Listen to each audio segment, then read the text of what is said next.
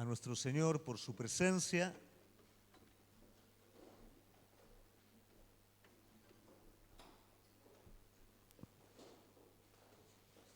Y algo que es importante que como iglesia siempre podamos tener presente.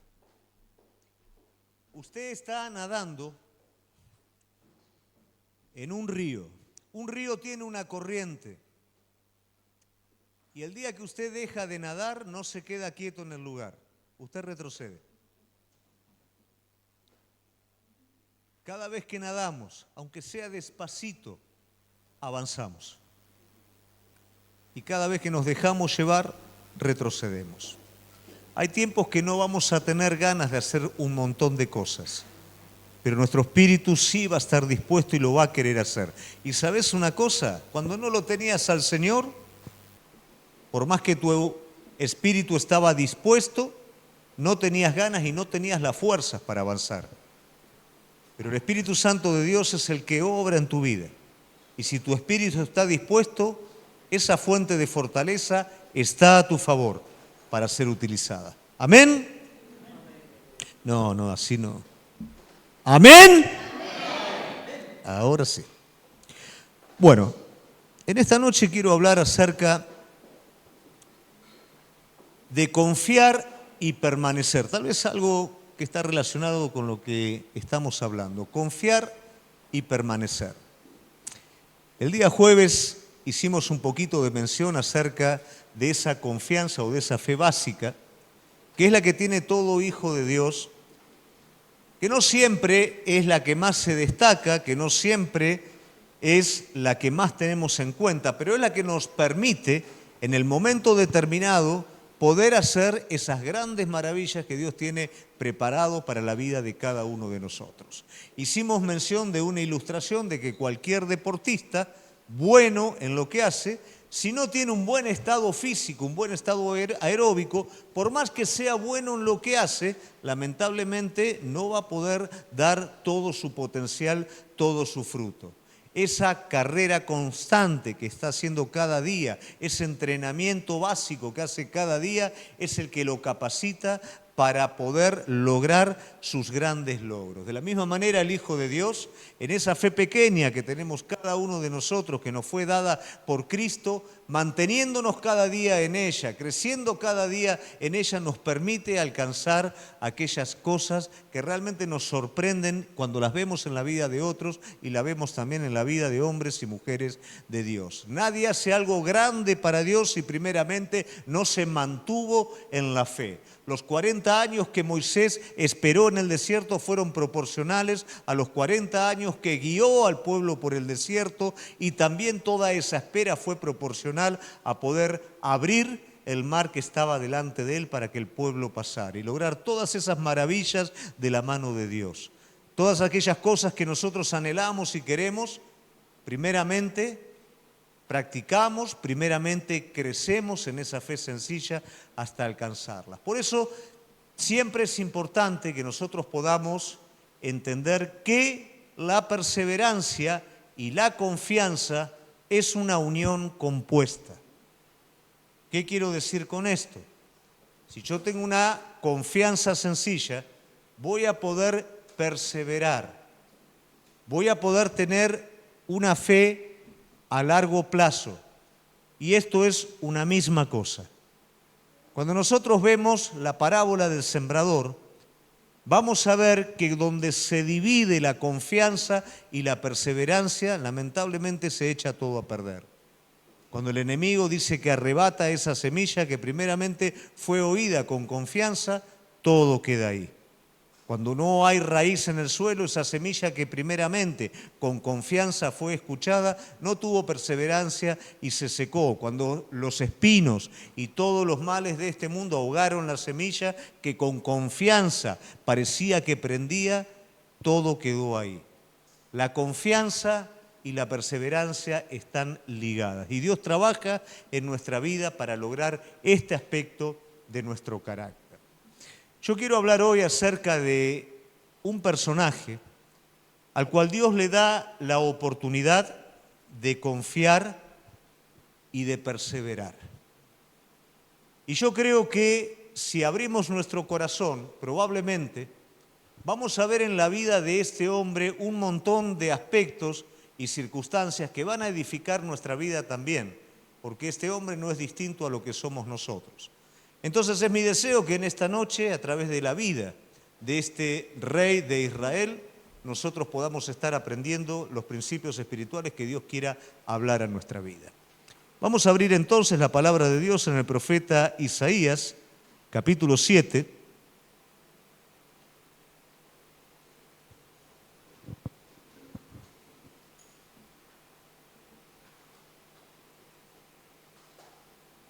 Versículo 1 en adelante, y dice así la palabra de Dios. Aconteció en los días de Acaz, hijo de Jotán, hijo de Usías, rey de Judá, que Resín, rey de Siria, y Peca, hijo de Remalías, rey de Israel, subieron contra Jerusalén para combatirla, pero no la pudieron tomar. Y vino la nueva a la casa de David, diciendo: Siria se ha confederado con Efraín, y se le estremeció el corazón y el corazón de su pueblo, como se estremecen los árboles del monte a causa del viento. Entonces dijo Jehová a Isaías: sal ahora al encuentro de Acaz, tú y Sear Jesub, tu hijo, al extremo del acueducto del estanque de arriba, en el camino de la heredad del lavador. Y dile: guarda, repósate, no temas, ni se turbe tu corazón a causa de estos dos cabos de tizón que humean, por el ardor de la ira de Resín y Siria, hijo de Remalías.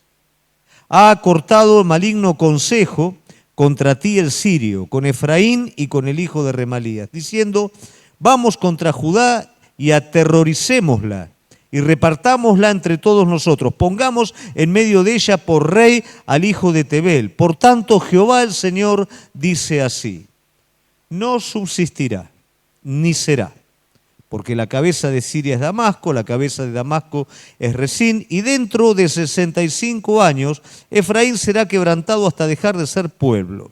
Y la cabeza de Efraín es Samaria, y la cabeza de Samaria el hijo de Remalías. Si vosotros no creyereis, de cierto no permaneceréis. Habló también Jehová a Acaz diciendo: pide para ti señal de Jehová tu Dios, demandándola ya sea de abajo en lo profundo o de arriba en lo alto. Y respondió Acaz: no pediré yo, ni tentaré a Jehová. Hasta ahí la palabra de Dios. Todo este párrafo nos relata la historia de un rey de Judá. El pueblo de Dios, luego de la apostasía, se divide en reino del norte y reino del sur. Judá es el reino del sur. Y la mayoría de los reyes de Judá eran reyes piadosos, reyes buenos. No así los reyes del norte. Acaz era uno de los reyes de Judá, pero no era precisamente un rey piadoso. Y en esto es donde se desenvuelve la historia. Un rey con dificultades, pero que Dios le da una gran oportunidad. La oportunidad de poder creer y de poder permanecer. La situación es muy complicada, porque se confedera el pueblo de Israel con los sirios y lo van a atacar, y tenía muy poca chance. En medio de toda esta situación, él se desespera y no sabe cómo hacer. Sucede una crisis en su vida. Cuando hoy hablamos de crisis, nosotros podemos abordar este tema desde dos lados. Lo podemos abordar desde el lado natural, donde una crisis es un desacomodamiento, que luego se produce un nuevo acomodamiento y un nuevo orden. No se le da mucha definición específica al porqué o al cómo del desacomodamiento, sino se trata de buscar un resultado, una salida rápida. Esto es en el ámbito natural. En el ámbito espiritual, el Hijo de Dios continuamente está expuesto a crisis, pero tienen un propósito definido. El propósito definido de una crisis es poder darnos cuenta de cosas que de otra manera no nos damos cuenta. Una crisis puede ser una prueba que nos va a permitir crecer en la confianza, que nos va a permitir, como dije anteriormente, llamar a las cosas por su nombre, porque a veces nos equivocamos, nos engañamos a nosotros mismos. Una prueba permite confrontarnos con la verdad. Una disciplina divina que tiene que ver con un amor tremendo de parte de Dios en el cual nos va formando, nos va acomodando un poquitito para poder seguir creciendo, pero todo apunta a una renovación y a un crecimiento. Esta es la diferencia que hay entre una crisis espiritual y una crisis natural. Aquí el rey Acaz está enfrentado a una crisis espiritual y esta crisis espiritual tiene una razón. Este rey está desesperado por el problema. ¿Cuántas veces realmente estamos desesperados por los problemas que tenemos? Seamos sinceros. Muchas veces nos desacomodan, nos sacan de nuestro lugar, vienen de donde no lo esperamos. Eso es lo que está pasando con este rey. Sin embargo, acá pasa algo. El rey no entiende lo que está pasando como problema, pero él mismo está siendo el autor del problema de lo que está pasando. Mirá lo que dice la palabra de Dios. En 2 de Crónicas 28, 1 al 4, dice que el rey Acaz no hizo lo recto, se comportó desenfrenadamente, se rebeló contra Dios. Y la realidad es que todo hombre de Dios que en ese momento ocupaba un lugar, como en este caso un rey, era una persona que tenía un propósito divino. Y con ese propósito divino había palabra de Dios en la cual él podía estar acudiendo continuamente para ver lo que tenía que hacer. Y también habían profetas de Dios que eran los que le hablaban la palabra al rey. Pero en el caso de Acaz, como en otros tantos, no hicieron caso, y el no haber hecho caso a la palabra de Dios trajo como consecuencia esta crisis y este problema que él está enfrentando. Muchas veces en nuestra vida es exactamente lo mismo. Ya lo hemos hablado anteriormente. Cuando hay un problema en nuestra vida, cuando hay una crisis en nuestra vida, siempre de alguna manera algo tenemos que ver nosotros con ello. Y es bueno poder entender que cuando esto acontece en nuestra vida, es para ajustar algo, algo tiene que ver con nosotros. Aunque vos tal vez seas inocente en esto, pero algo tiene que ver con vos. Si sos culpable, tenés que resolver el asunto. Si sos inocente, hay algo bueno que viene sobre tu vida para crecer en esto. En el caso de Acaz era culpable, pero no reconocía su culpa. El problema era que venía el problema. Pero acá yo quiero que cada uno de nosotros podamos entender un poco el carácter de Dios. Este hombre es culpable. Este hombre está trayendo un problema sobre sí mismo y sobre el pueblo. Y aún siendo culpable, Dios le va a dar la oportunidad de resolver el problema. Y esto también acontece en nosotros. El enemigo, cuando tenemos problemas, cuando nos equivocamos, inmediatamente viene a acusarnos y a veces nosotros mismos consideramos que si en algo le fallamos al Señor ya está, se terminó. Y la realidad es que muchas veces, aunque nos equivoquemos y caminemos un trecho sobre el error, el amor de Dios permite, nos sigue, como lo hizo con Jacob, te voy a volver a traer de nuevo, voy a volver a trabajar sobre tu vida, porque no quiero que estés en ese lugar. Entonces le está dando la oportunidad a una persona culpable.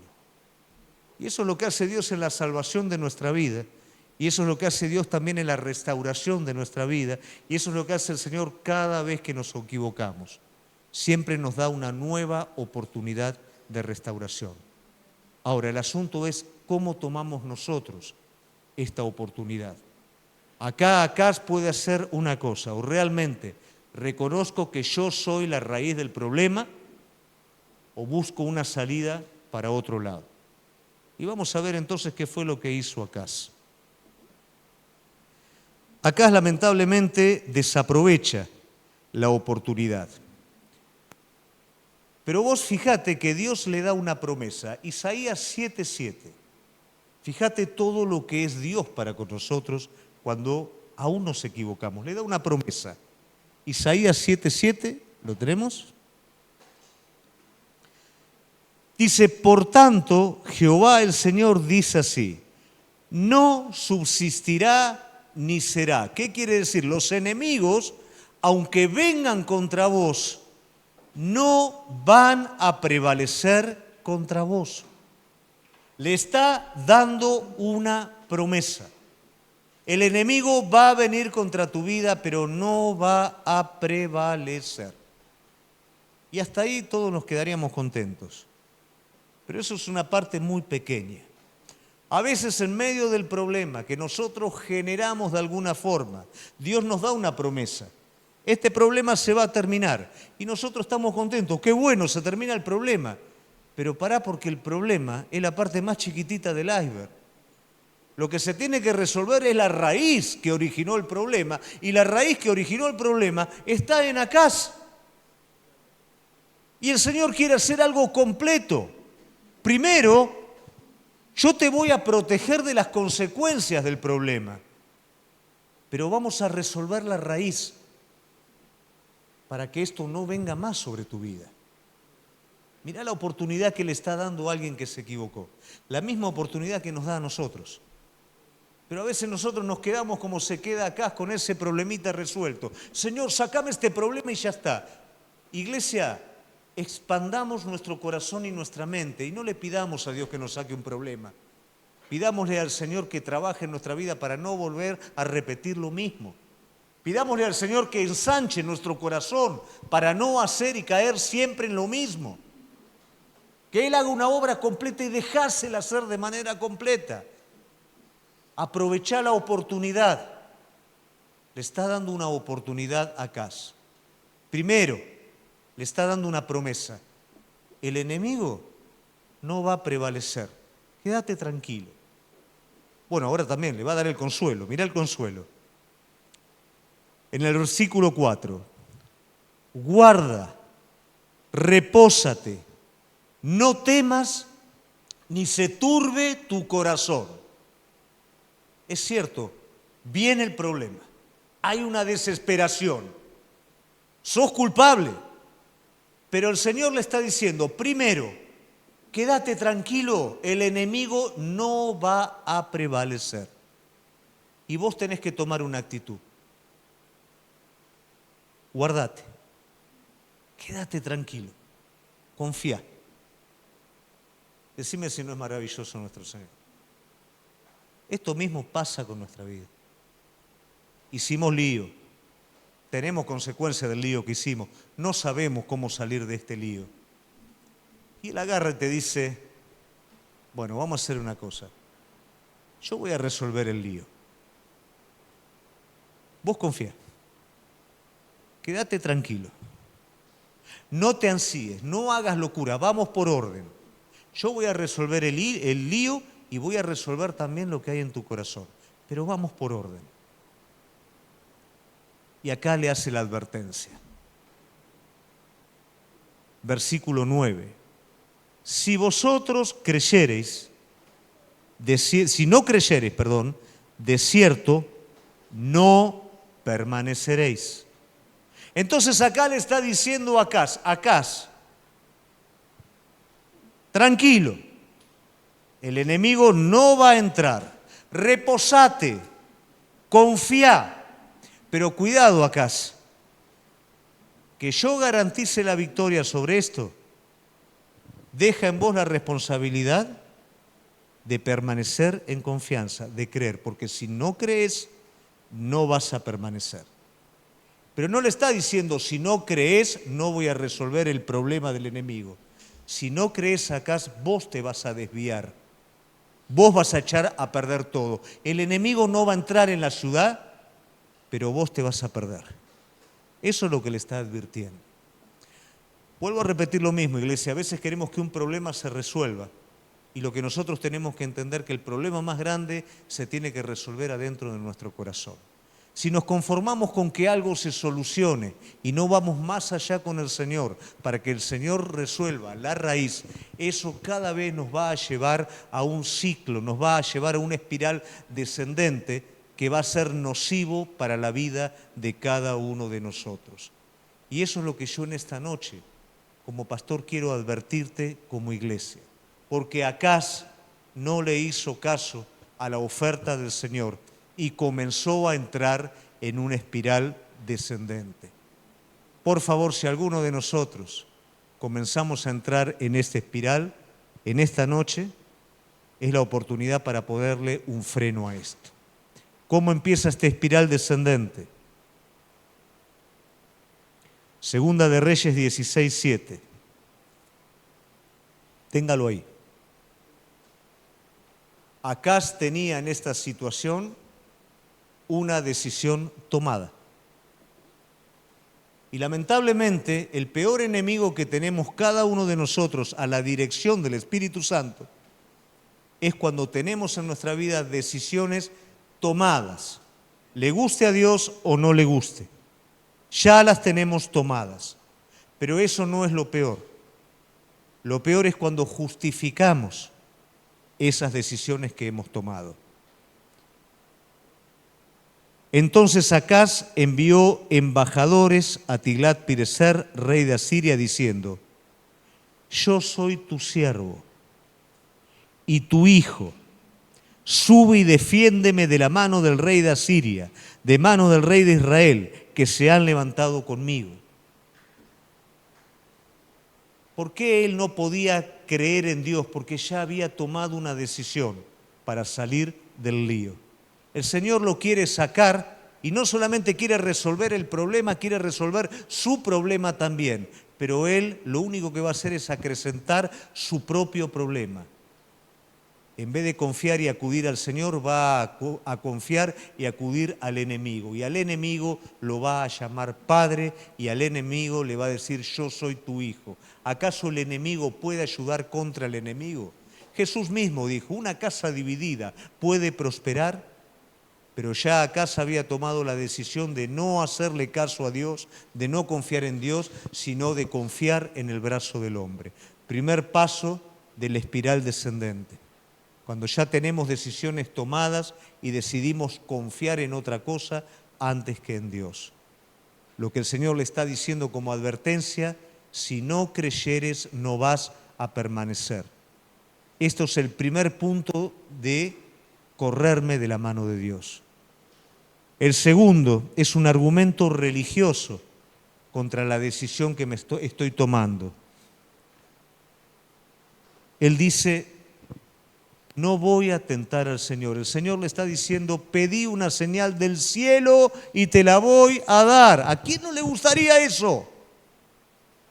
Sobre lo que te estoy diciendo, pedí una señal y te la voy a dar. Pero Acaz dice: no, yo no voy a tentar al Señor.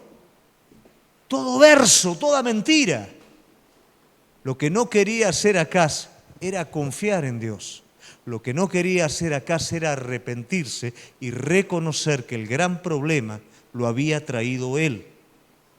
Lo que el Señor le está ofreciendo aquí para volver de nuevo: resolvamos el asunto. Iglesia, ¿cuántas veces vamos de mal y en peor porque no resolvemos el asunto? El Señor te está diciendo: confía. ¿Qué es confiar? Vení a mis pies. Vení a mis pies y vamos a resolverlo. Vení a mis pies y me vas a dejar desnudar tu corazón. Vení a mis pies confiado. Luego va a haber un arrepentimiento y vas a retomar el camino de la abundancia. Pero Acaz no.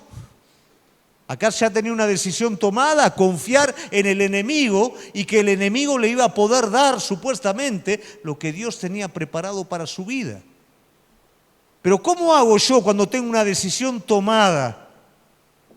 Cuando tengo una decisión tomada, la mejor manera de convivir con esa decisión es darle un argumento religioso. Yo siento de Dios que...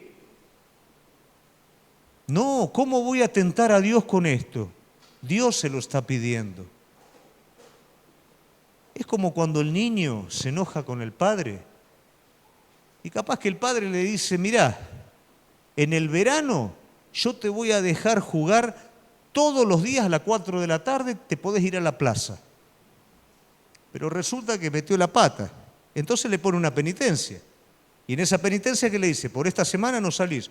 Pero vos me dijiste que podías salir todos los días a las 4. Sí, pues es cierto.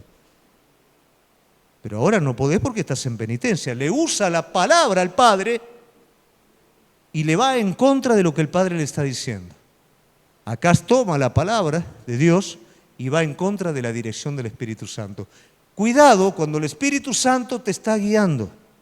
Cuidado cuando el Espíritu Santo te está hablando y vos refutás al Espíritu Santo con la letra. No te olvides que la letra sin espíritu es muerta. ¿Entendemos? Es un capricho nuestro para podernos salir con la nuestra. Y estamos impidiendo que Dios resuelva el problema de manera completa. Está dando la oportunidad de restauración y yo no la estoy tomando. Y sigue la espiral descendente. Primero tengo una decisión tomada. Después de que tengo una decisión tomada, defiendo esa decisión con un argumento religioso, con una palabra, que no es palabra para tu vida, es tomada para defender lo que vos querés. El Espíritu te está guiando a otra cosa. Y tercero, algo monstruoso que hizo Acaz, rediseñó completamente el culto a Dios. Dice la palabra de Dios que sacó los tesoros de la casa de Dios y los dio a Tiglat-Pileser, que era el enemigo que lo iba a estar ayudando. Dice que trajo los ídolos y los puso en el templo de Dios. Cambió el diseño del templo. Afectó la manera de dar el culto a Dios. Está yendo contra todo lo que es la voluntad de Dios. Y las cosas empiezan así. Una pequeña desviación y una obstinación me va a llevar a una espiral descendente que cada vez me va a enroscar más y cada vez me va a enroscar más. Ahora este hombre está dando un culto a Dios desafiando el diseño que Dios estableció para el templo, las ordenanzas de culto, los utensilios para ser utilizados en la casa de Dios. Está desafiando todo. Está cambiando todo, está rediseñando todo. Y finalmente, ¿sabes lo que pasa con este hombre? Él se hace sacerdote de este nuevo culto. Mirá cómo empieza todo. Me corro, defiendo el error, cambio toda la forma. No, a mí me parece que en la iglesia no es tan así, o esto no es tan así, o yo lo puedo hacer de esta manera y de la otra. Y finalmente yo soy mi propio líder espiritual. ¿Por qué? Porque yo hago las cosas como yo quiero y como yo las interpreto. Pero la realidad es que la raíz de todo eso es la desobediencia. Y es haber perdido la oportunidad de resolver ese problema. El Señor le está diciendo, ¿cuál es el problema? ¿La batalla? Quédate tranquilo. Eso no va a ser problema. Vamos a ir a lo otro, a resolver lo real, lo que está en el corazón. Vamos a ir ahí. Pero tenés que creer y tenés que permanecer. Si no crees, no vas a permanecer. Si te quedás con esa batallita solita, ganada, te vas a terminar perdiendo vos y el pueblo. Y él termina perdiéndose. Termina cerrando las puertas de la casa de Jehová. Recién su hijo Ezequías, más tarde abriría las puertas y restablecería el culto. Cambió el culto. ¿Cuántas veces nosotros hacemos lo mismo? ¿Cuántas veces por sostener nuestro propio criterio cambiamos el culto? No es tan así. No, pero tanto no. Pero lo cambiamos. Nos hacemos, como digo, nuestros propios líderes religiosos. No escuchamos autoridades, no escuchamos la voz del Espíritu Santo, no escuchamos más nada, somos nosotros. A ese es el punto que cae este hombre. Dios le está pidiendo, pedime una señal y te la voy a dar. Quiero ayudarte y quiero sacarte de ahí. Pero él no quería salir. Y termina en estas condiciones. Pero yo pensaba, ¿no? Y lo llevaba a la vida de cada uno de nosotros. ¿Qué pediríamos nosotros si Dios nos habla y nos dice, pedime una señal? ¿Qué señal pediríamos nosotros? Más abajo en Isaías, el Señor le dice, yo te voy a dar una señal. Y esa señal será la señal de Emanuel. Una virgen dará a luz un niño. Esa señal es Cristo, que proféticamente vendría después. Pero es la señal de Cristo en nuestras vidas. Él nos animó a pedirla. Hoy la pregunta es, ¿cuál es la señal que pedimos nosotros? La señal para poder resolver aquel problema que todavía sigue sin resolver. Aquel problema que el Espíritu Santo me está marcando, pero es que yo le estoy poniendo las palabras que logro agarrar de acá y enfrento lo que el Espíritu Santo me habla con esas palabras, con esa doctrina muerta en este aspecto. ¿Por qué? Con esa palabra muerta porque va en contra del Espíritu, yo la estoy usando a favor mío. Yo estoy empezando a cambiar toda mi forma. Antes oraba, antes buscaba, y ahora más o menos, ahora está ahí, ahora mi manera, mi forma. La otra vez, en uno de los viajes que hicimos a Mar del Plata con Gaby a ver a nuestras mamás, una persona que hacía muchos años nos conocía, nos dijo, ustedes siempre se mantuvieron. Muchos amigos se fueron de un lado para el otro, algunos ya no están en el camino, otros agarraron cualquier otra cosa, ¿no es cierto? Dice, y ustedes siempre se mantuvieron. Y no es poca cosa, iglesia, mantenernos en esa confianza, mantenernos en esa fe sencilla, no dejar que los vientos nos lleven de un lado al otro. Pero ¿cómo hago para mantenerme de esa manera? ¿Cuál es mi real problema? ¿Qué es lo que realmente estoy pasando? ¿Es lo que pasa afuera o es lo que yo estoy generando desde adentro? Dios lo quiere resolver de afuera, pero lo que más quiere resolver es adentro. Y para eso tengo que confiar. Para eso no puedo acudir al brazo de la carne para resolverlo. Tengo que ir a los pies de Él para buscar la dirección de su Espíritu, para que Él abra mis ojos y me haga entender cuál es mi parte en este problema. Es fácil echar culpas, es fácil evadirse o sacarse las cosas de encima. Y qué difícil que es reconocer la parte de cada uno de nosotros. Este es el desafío que le está dando el Señor a Acaz. Reconocelo en mi presencia. Entonces vas a permanecer. Pero si no, aunque esta pequeña batalla yo te vaya a dar la victoria, en el resto de las cosas se va a perder todo.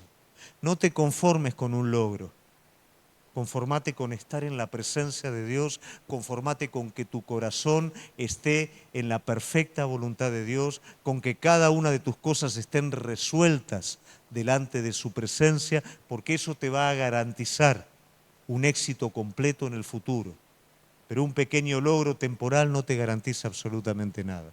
Las cosas no suceden afuera, iglesia, las cosas suceden adentro nuestro.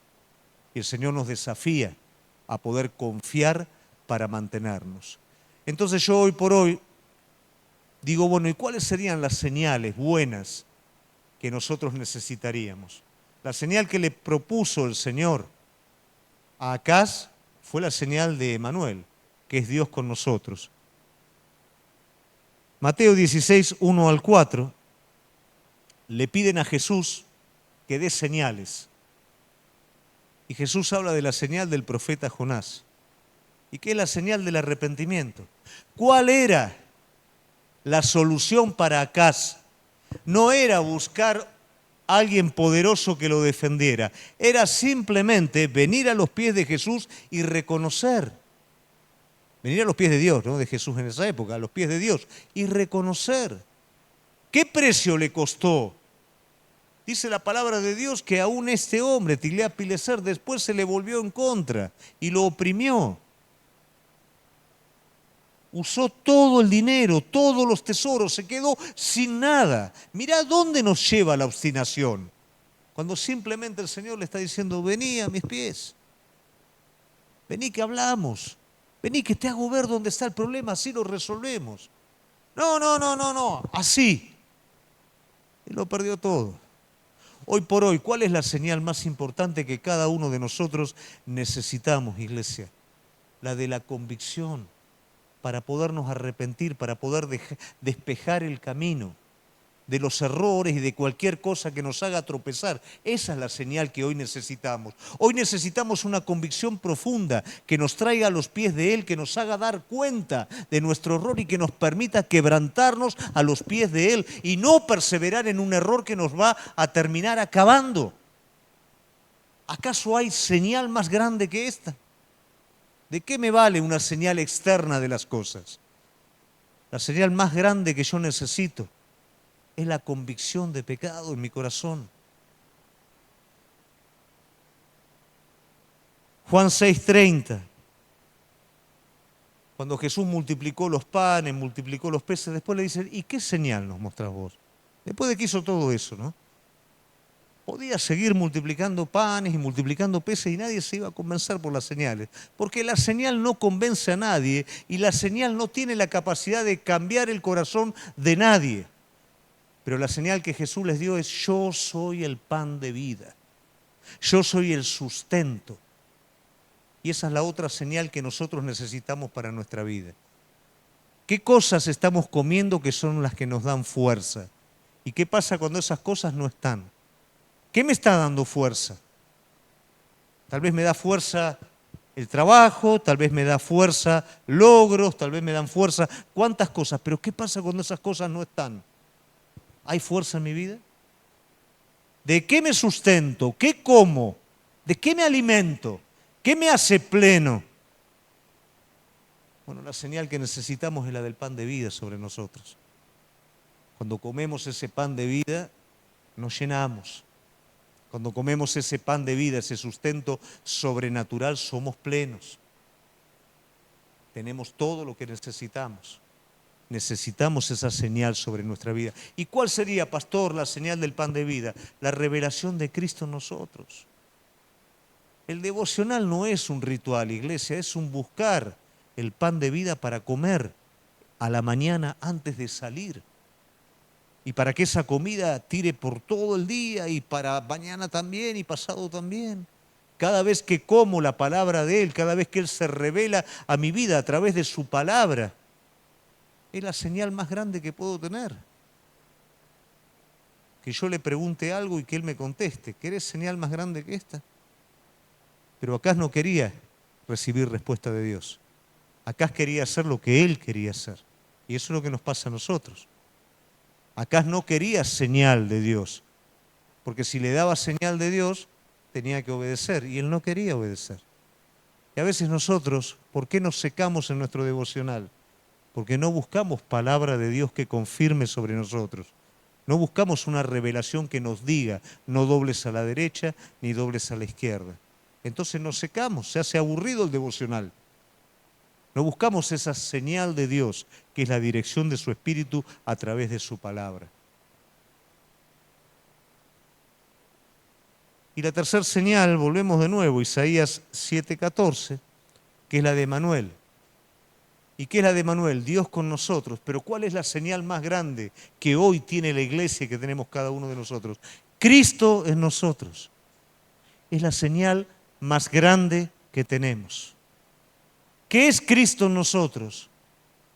Cristo en nosotros es el arrepentimiento. Cristo en nosotros es la palabra revelada. Cristo en nosotros es la dirección de Dios sobre nuestras vidas. Cristo en nosotros vive por medio de su Espíritu Santo y habla por medio de la palabra revelada a cada uno de nosotros para dirigir nuestras vidas. No tenemos señal más grande, pero esa señal va a pasar de largo si yo tengo mis propios criterios. Esa señal va a pasar de largo si cuando el Espíritu Santo me habla, yo agarro palabra y rebato esa palabra con otra palabra, con otro argumento religioso, con una letra muerta para justificar lo que yo quiero. No voy a poder. Voy a entrar en esa espiral descendente. Voy a cambiar las formas, aquellas formas que fueron las formas propias del primer amor. Ahora las voy a sustituir por otra cosa, porque el primer amor era espontáneo, el primer amor me permitía a mí venir a la presencia de Él en cada momento, cada día, entregar absolutamente todo sin condicionamiento. Ahora no. Y me voy a hacer un líder espiritual de esta nueva forma. ¿Qué quiere decir esto? Nadie me puede decir nada. Yo tengo la verdad en todo. Yo conozco todo. Y yo sé lo que tengo que hacer. Esto lamentablemente lo llevó a Ezequías a no permanecer. El Señor se lo había advertido. El camino era sencillo. Era desde la humildad. Era desde el arrepentimiento. Era desde la restauración. Ezequías siguió su propio camino. Perdió la oportunidad. Mirá qué oportunidad. Quédate tranquilo. El problema yo lo resuelvo. No te ansíes, no te desesperes. Yo estoy en medio de todo esto. Si confías, vas a permanecer. Todo esto le dio el Señor para que Él lo pudiera tomar. ¿Era Él una persona buena? No. ¿Era culpable? Sí. Pero tenemos un Dios amoroso, misericordioso, lento para la ira, pronto para la misericordia. Un Dios que nos da una oportunidad nueva en cada momento. Y hoy la oportunidad sigue siendo la misma. El desafío sigue siendo exactamente el mismo. Y aún Él te está diciendo, pedime señal. ¿Qué señal, Señor? Pedime la señal de mi voz en tu corazón. Pedime la señal de mi palabra revelada en tu corazón. De mi guía sobre tu vida en tu corazón. Y sacá el argumento religioso. Sacá esa palabra que la agarraste de ahí y la estás queriendo hacer valer con tus propias fuerzas. Y escuchá lo que yo te estoy queriendo decir en esta noche. Si confías, vas a permanecer. Si no, lamentablemente vas a tener un par de victorias, pero adentro tuyo vas a entrar en una espiral descendente y vas a terminar siendo vos tu propio pastor. Vamos a estar poniéndonos de pie en esta noche. Vamos a tomar este